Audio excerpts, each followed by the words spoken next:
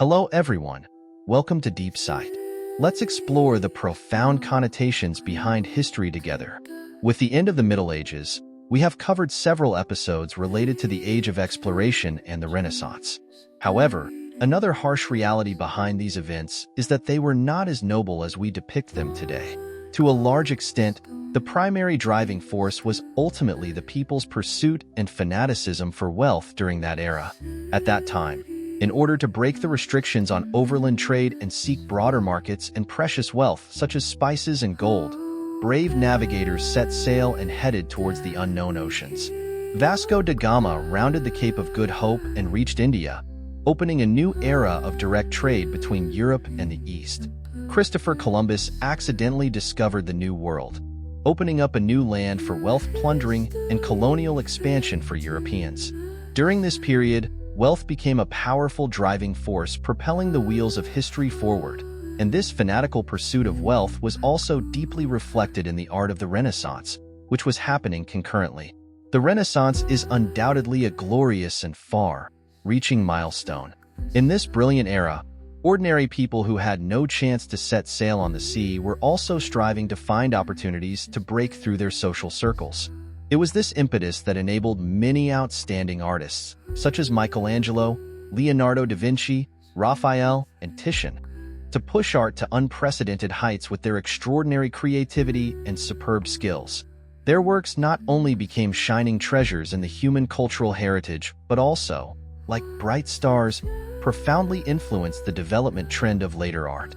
However, has anyone analyzed from this perspective that behind these great artistic achievements, there are many issues worthy of in-depth exploration quietly emerging? For example, in the era of the Renaissance, full of change and passion, what motivated artists to engage in the art field? Was it purely out of the deep-seated love for art in their hearts, or was it driven by more complex social and economic factors? What opportunities and challenges did they encounter on the long journey of pursuing their artistic ideals? And what kind of intricate and hard-to-untangle connections exist between art and money? These questions, like thick layers of fog, shroud the art world of the Renaissance, eagerly awaiting us to uncover the hidden mysteries through rigorous academic research and in-depth analysis. In the previous two episodes, we introduced the conflicts and competitions between Michelangelo and Leonardo da Vinci, which can be traced back to Florence in the early 16th century. As two giants in the art field at that time, they had significant differences in artistic styles, creative concepts, and personal personalities. Leonardo da Vinci was born in 1452.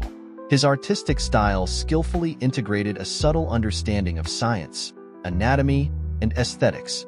He was like a traveler freely shuttling between art and science, always pursuing elegance and harmony. His works showed a soft and smooth quality, just like a gurgling clear spring, making people feel relaxed and happy. He was not only an outstanding painter but also demonstrated remarkable talent in many fields such as science and engineering, being a universal genius of the Renaissance. His achievements were like a towering mountain, making people look up in admiration. In contrast, Michelangelo was born in 1475. He had a firm and persistent personality, like a warrior protecting the art position, focusing on sculpture and anatomy research. His works emphasized the expression of power and emotion, full of dramatic tension, giving people a strong visual impact and spiritual shock, just like surging waves, hitting people's hearts directly. In 1504, the Florentine government invited the two to create murals for the Hall of the 500 in the town hall. Leonardo da Vinci was responsible for the Battle of Anghiari and Michelangelo for the Battle of Cassina.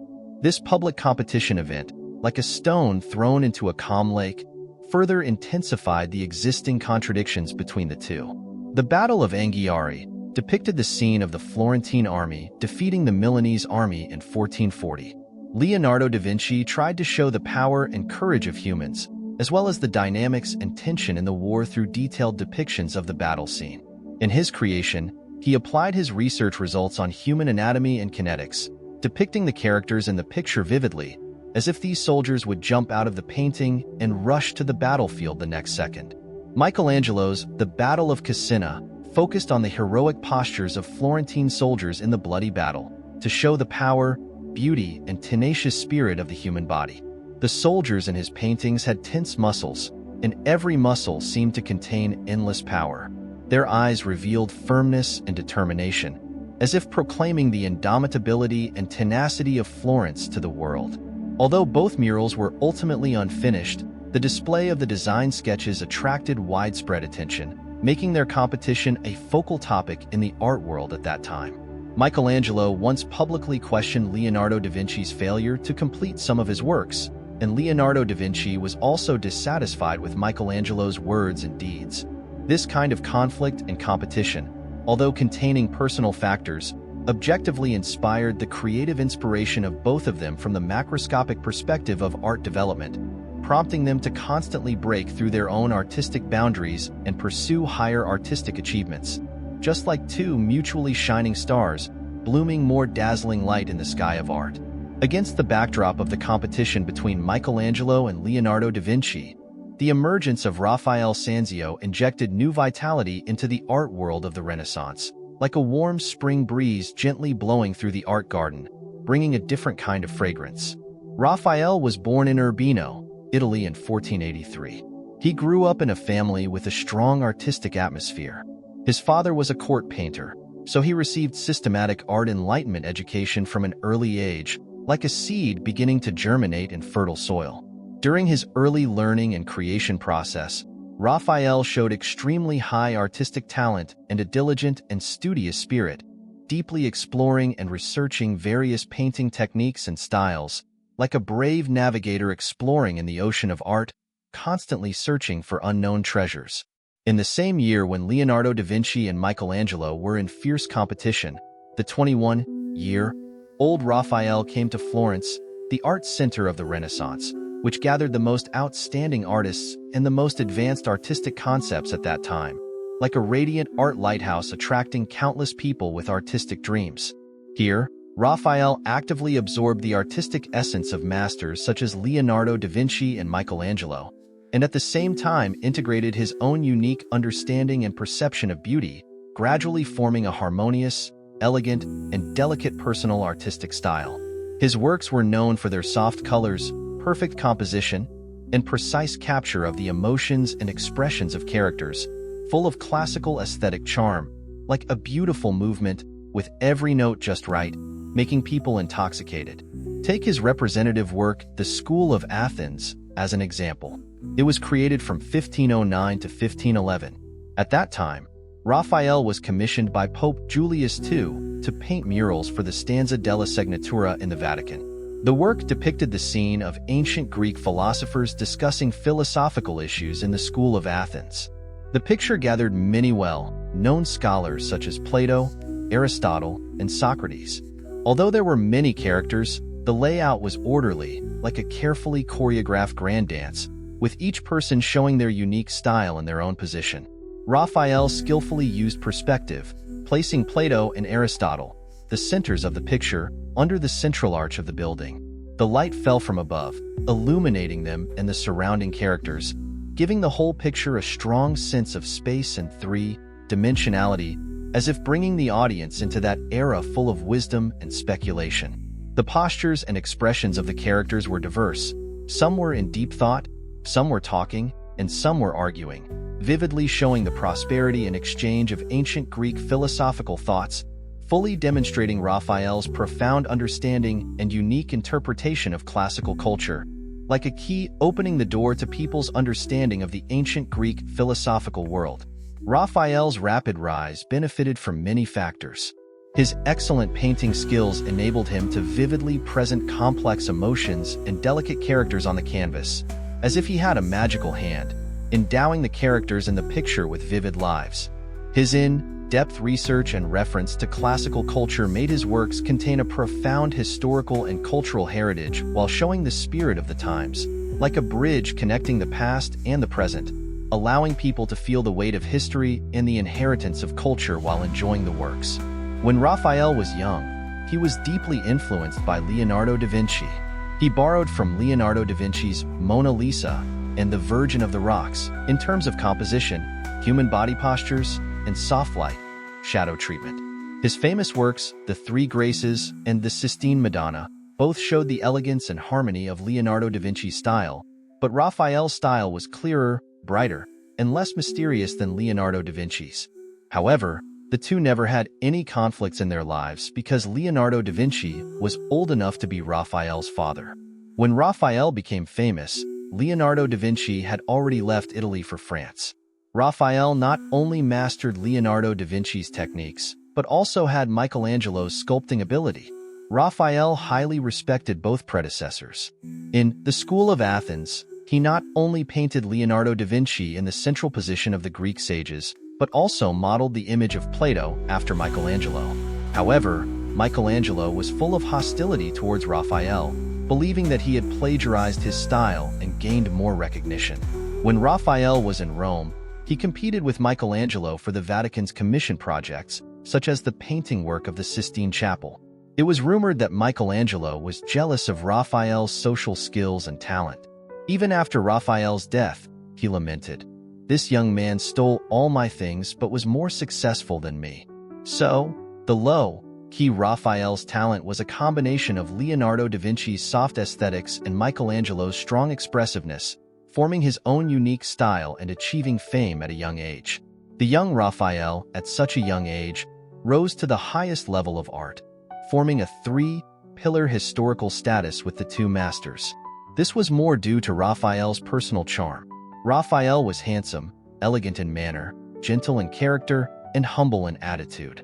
Everyone who had the opportunity to get along with him felt as if they were bathed in the spring breeze and had a pleasant interaction.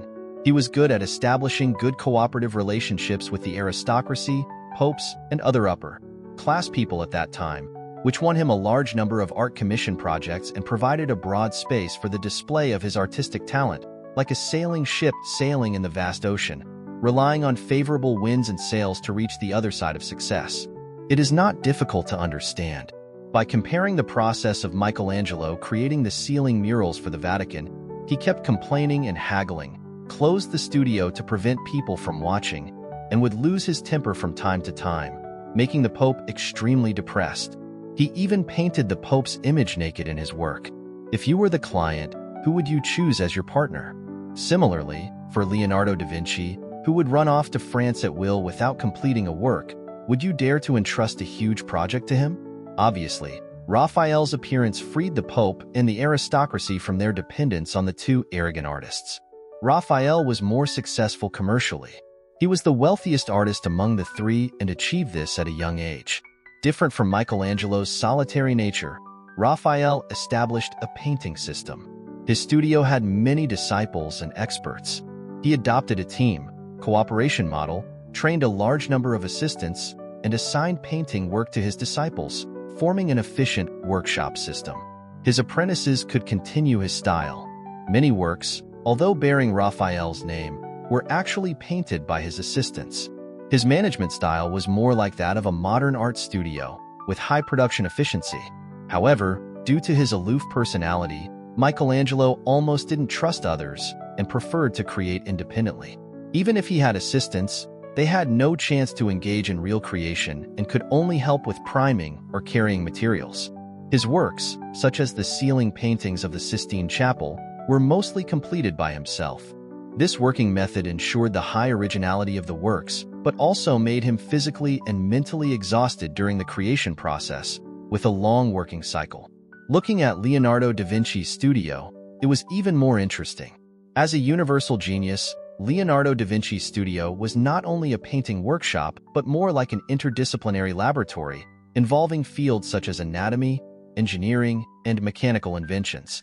The apprentices he trained were mostly influenced by his scientific thinking. However, due to his wide-ranging interests and too loose management style, the apprentices were more engaged in absorbing his knowledge rather than large-scale painting production. Eventually, many works remained in the planning stage and were not completed.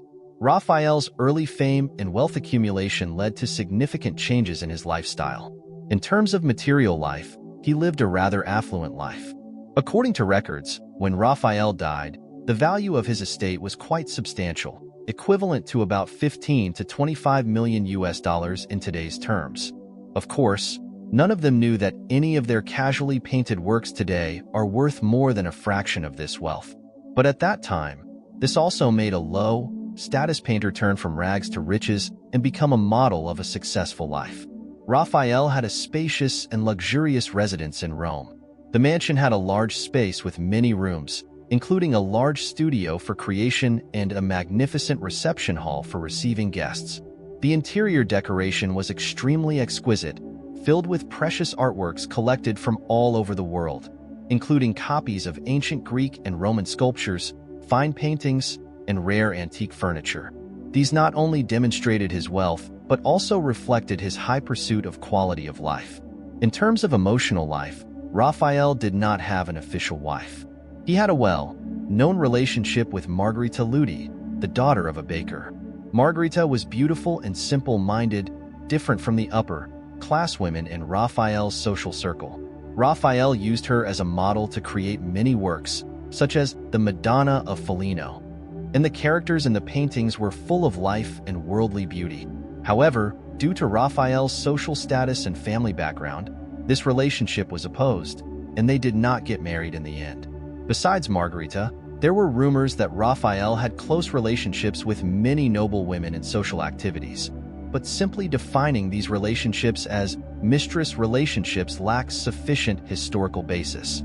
In the social environment at that time, it was not uncommon for artists to establish emotional connections with people from different classes, and it was more based on natural emotional interactions and social exchanges. In terms of social activities, Raphael was enthusiastic about participating in various social events and frequently shuttled in the upper-class social circles of Rome. He had close contacts with the aristocracy, popes, and other well-known artists and scholars. In these social occasions, Raphael was elegant in manner and extraordinary in conversation, showing extremely high personal charm and becoming the focus of attention. He often wore gorgeous clothes made of high-quality silk, velvet, etc., with delicate embroidery and decorations, showing his luxury. In terms of diet, he enjoyed delicacies from all over the world. His dining table was often filled with fresh meat, seafood, delicate pastries, and top-grade wine. When traveling, he usually took a beautifully decorated carriage pulled by strong horses, demonstrating his social status. As for descendants, like Leonardo da Vinci and Michelangelo, there is currently no conclusive evidence that Raphael had biological children. Next, let's talk about the status, wealth, and interest disputes among the three. On the art stage of the Renaissance, Leonardo da Vinci, Michelangelo, and Raphael gradually formed a tripartite confrontation, each occupying a unique position, like three towering mountains standing on the art map. Leonardo da Vinci, with his groundbreaking achievements in many fields such as art and science, was known as the universal genius of the Renaissance. He enjoyed a lofty reputation in the European art and intellectual circles at that time, and became a pioneer leading the trend of the times, like a bright star shining with a unique light in the art sky. Michelangelo, with his magnificent sculptures and murals, became the art authority in the eyes of the Roman Catholic Church and the aristocracy. His works were regarded as symbols of holiness and greatness and had an irreplaceable position in the field of religious art, like a solemn religious temple, carrying people's awe of art and faith.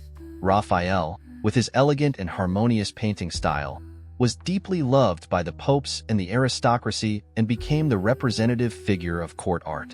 His works were widely spread throughout Europe, having a profound impact on the artistic aesthetics at that time, like a gentle breeze blowing through the entire European art garden, bringing a fresh atmosphere. From the perspective of wealth accumulation, the three also showed different situations. Michelangelo was diligent throughout his life and participated in many large-scale art projects, such as the ceiling paintings of the Sistine Chapel and The Last Judgment in the Vatican, the statue of David in Florence, and the dome design of St. Peter's Basilica. He was quite skillful in salary negotiations and also paid attention to wealth management. When he died, he had accumulated a considerable wealth of about 50,000 florin gold coins, which was quite wealthy among artists at that time. Like a shrewd wealth manager walking steadily on the road of art and wealth, Leonardo da Vinci's income mainly came from court services, engineering projects, and the sale of artworks. However, due to his strong interest in scientific research and experiments and his large investment in them, as well as the delay in delivering some projects. His wealth accumulation was relatively small, like a walker trying to balance on the scale of art and science, sometimes inevitably being slightly inferior in wealth accumulation. Raphael, through his close cooperation with the popes and the aristocracy, obtained many high-standard art commissions. Through creation in multiple fields such as portrait painting, religious painting, and architectural design, he accumulated abundant wealth and occupied an important position in the art market. As the influence of the three in the art world continued to expand, interest disputes inevitably arose. In the limited art market resources at that time, the art commission projects of the aristocracy and the church became the focus of competition. All three were eager to obtain more commission projects to showcase their artistic talents, enhance their social status, and obtain generous economic returns, like three brave warriors striving hard on the art battlefield, competing for honor and wealth. For example, in the competition for the mural creation projects in the Vatican, the three showed their respective strengths, trying to win the favor of the Pope with their unique artistic styles and creative concepts. Leonardo da Vinci demonstrated his unique, innovative thinking by integrating science and art. Michelangelo demonstrated his artistic strength with his majestic style and superb skills. Raphael attracted the Pope's attention with his elegant and harmonious painting style and his profound understanding of classical culture. This kind of interest dispute was not only reflected in the competition for project commissions, but also in the contest of artistic styles. They all hoped that their artistic styles could become the mainstream of artistic development at that time and lead the direction of artistic creation. This kind of competition and contest, to some extent, promoted the diversified development of art during the Renaissance, just like a fierce art competition, prompting the flowers of art to bloom more splendidly in the competition. In 1520, Raphael, who was only 37 years old, passed away prematurely. This was undoubtedly a great loss to the art world of the Renaissance, like the sudden fall of a bright star, dimming the entire art sky. Regarding the cause of his premature death, there have always been various viewpoints and endless debates in academic circles, but there are mainly two statements. The traditional one is the overwork theory. At that time, he was busy with the creation of huge murals in the Vatican. Long-term fatigue led to physical exhaustion, and after getting ill, he couldn't receive timely treatment. Raphael died of a high fever, and the cause of the disease was unknown. Another widely spread theory is the excessive indulgence theory. Giorgio Vasari, a biographer of the Renaissance, recorded that Raphael died of a fever due to excessive indulgence in love, implying that it might be a sexually transmitted disease or a weakened immune system leading to an infection. Some historians speculated that he might have had syphilis because he took a large amount of mercury before his death, which was a common drug for treating syphilis at that time. In the era of low medical standards in the past, it was very common for people to pass away in their 30s, regardless of their social status or wealth. For example, in the Ming dynasty of the Eastern Empire, which was almost in the same era, 2 emperors died in their early 30s due to their overly colorful lives and taking of elixirs. Even with all the wealth in the world, they were powerless to save themselves. Looking at Raphael's life experience, there indeed seems to be some kind of fairness in life. He became famous at a young age, while countless artists lived in poverty all their lives, struggling to make ends meet. But their works became famous after their deaths. In his short 37-year life, Raphael achieved great artistic achievements, wealth, and reputation, and also enjoyed a romantic emotional life. However, at the same time, he died young. Whether it was due to indulgence or overwork, it seems to confirm an ancient philosophy: there is gain and there is loss. From the perspective of balance, if a person gets more in some aspects, such as wealth, talent, love, they may lack in others, such as health, longevity, family. Raphael's handsomeness, talent, and luck made it easy for him to obtain money, status, and love. But did this also lead to his early death? From the perspective of effort and opportunity, the gains and losses in life are not strictly equivalent, but are determined by factors such as personal choices, environment, and opportunity. Although Michelangelo lacked an emotional life, his self-discipline and perseverance brought him a long life of 88 years, which was a miracle in that era. From the perspective of reputation, some artists were unknown during their lifetimes and were only recognized after their deaths, like Vincent van Gogh, while some people achieved both fame and fortune during their lifetimes, like Raphael. So, fairness may not be measured in the short term, but should be considered in a longer historical dimension. But if you were to choose, would you like to be Raphael or Van Gogh? Please leave a message to let us know your choice. In conclusion, the fairness of life is not absolute, but varies from person to person. Just like Raphael's premature death, the lives of the three masters of the Renaissance were not perfect. Leonardo da Vinci, although extremely talented and pursuing the combination of science and art throughout his life, was never wealthy and even had to rely on the support of the King of France in his later years. Michelangelo was thrifty all his life and had abundant wealth, but he was withdrawn and had almost no emotional life. In the history of the Renaissance, the only person who could achieve the peak in terms of wealth, life, and art was actually another master, the great figure we will introduce in the next episode, Titian. Dear viewers, thank you for watching today's content. I'm Lawrence, your navigator on this journey through time and space. Learning from others can help us understand our own gains and losses, and learning from history can help us understand the rise and fall of things.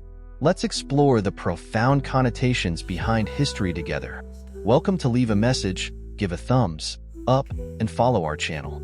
We will discuss various historical issues with an orthodox and serious attitude, so as to explore new directions for future development. Your encouragement is our greatest motivation. See you in the next episode.